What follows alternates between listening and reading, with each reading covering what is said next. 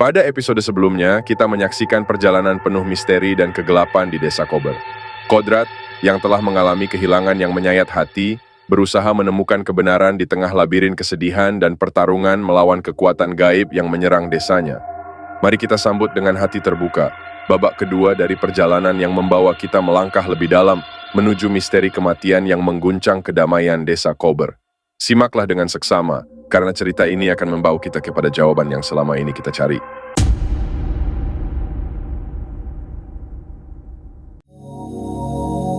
Akhirnya, Asha membukakan pintu dan masuk ke dalam gudang itu.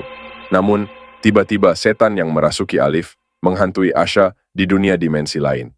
Asha bertemu dengan ibunya, Alif, dan mendiang ayahnya. Mereka merayakan ulang tahun Asha, dan ayahnya menyuruh Asha untuk memotong kuenya. Namun, tanpa terasa, kenyataannya dia telah melukai tangannya sendiri. Kodrat dan Ibu Yasmin segera datang dan meruqyah Alif. Alif yang tidak bisa berjalan tiba-tiba perlahan berdiri, dan dia berjalan dengan memegang pisau dan menyerang Kodrat. Namun, serangan itu dapat dihindari, dan Kodrat berhasil meruqyah Alif.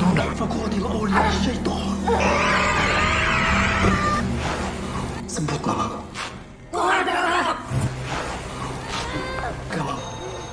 Tajalul Musta'an.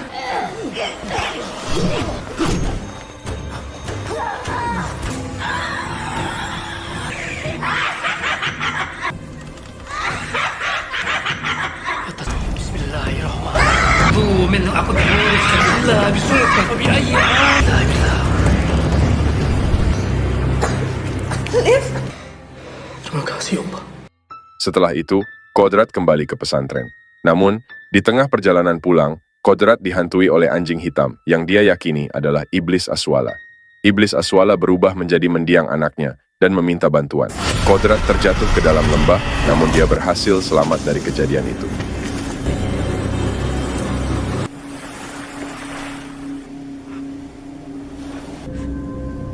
Sementara itu di rumahnya, Yasmin sedang berwudu. Tiba-tiba udara di keran berubah warna seperti darah.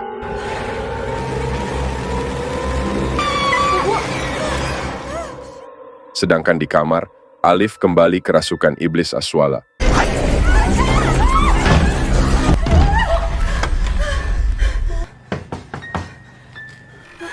Malam.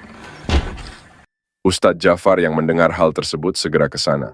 Dalam perjalanan, Kodrat menghadang mobil yang ditumpangi mereka. Kodrat ingin membantu Alif, namun Jafar tidak mau, karena dia yang selama ini telah meruqyah warga desa Kober. Jafar mengatakan bahwa ini adalah Alif Amri, bukan Alif Al-Fatana, putra Kodrat. Jafar mengingatkan kepada Kodrat agar tidak melakukan kesalahan yang sama. Akhirnya, mereka membawa Alif dan keluarganya ke pesantren Kahuripan menuju dilakukan ruqyah. Di sana, Asha bertanya kepada Kodrat mengapa keluarganya tertimpa musibah. Kodrat menasihati Asha untuk istighfar karena iblis selalu ingin menimbulkan keraguan kita atas Allah yang Maha Besar. Sementara itu di tempat lain, Bapak dan Ibu Jihan tengah bersedih dan berduka atas kematian anaknya. Ayah Jihan melampiaskan kemarahannya kepada Kodrat karena dia dianggap sebagai kroni Jafar.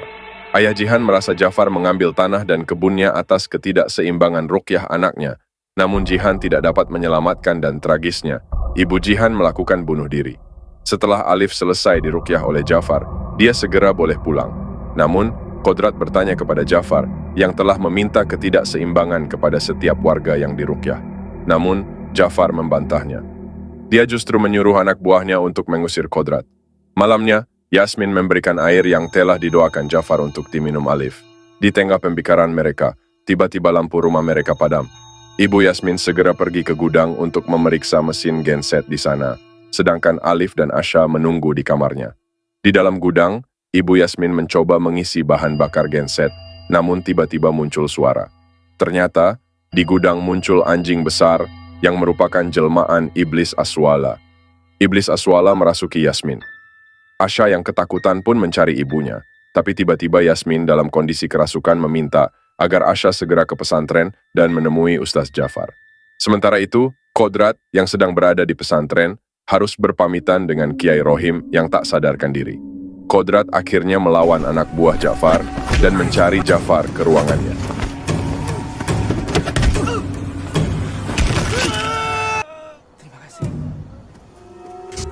Setelah menemukan Jafar, dia terkejut mengetahui bahwa Jafar selama ini memuja iblis dan iblis Aswala dan otak pelaku di balik semua kejadian aneh yang menimpa desa Kober.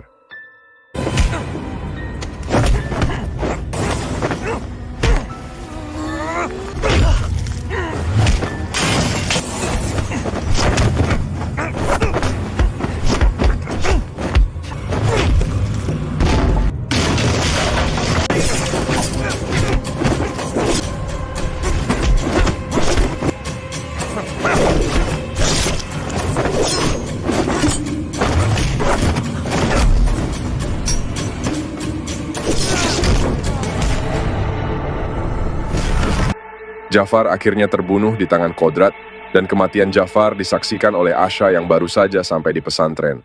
Akhirnya, Asha dan Kodrat melakukan pengangkutan ke rumah Yasmin yang masih dalam kondisi kerasukan. Dia bahkan menguburkan Alif hidup-hidup.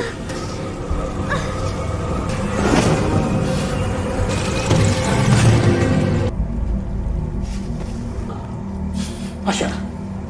Asha dan Kodrat melakukan ruqyah terhadap Yasmin, dan Kodrat bertanya di mana Alif. Ibu Yasmin menjawab dengan bertanya kepada Alif yang mana, apakah yang dia penggal kepalanya, atau yang baru saja dia kubur hidup-hidup. Kodrat segera menggali tanah, namun putus asa karena belum menemukan jasad Alif. Akhirnya, Kodrat berhasil melakukan ruqyah terhadap Yasmin, La ilaha illallah. dan mencoba menggali tanah untuk mencari Alif.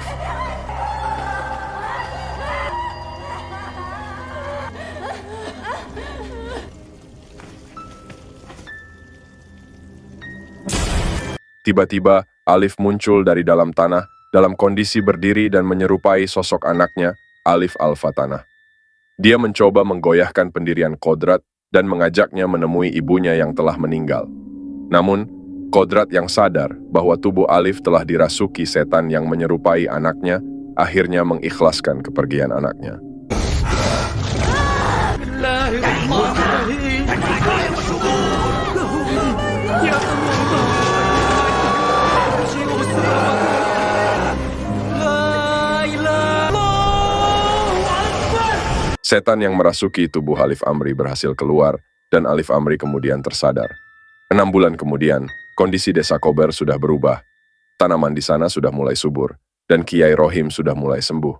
Di pesantren Kahuripan, sudah banyak santri yang belajar mengaji.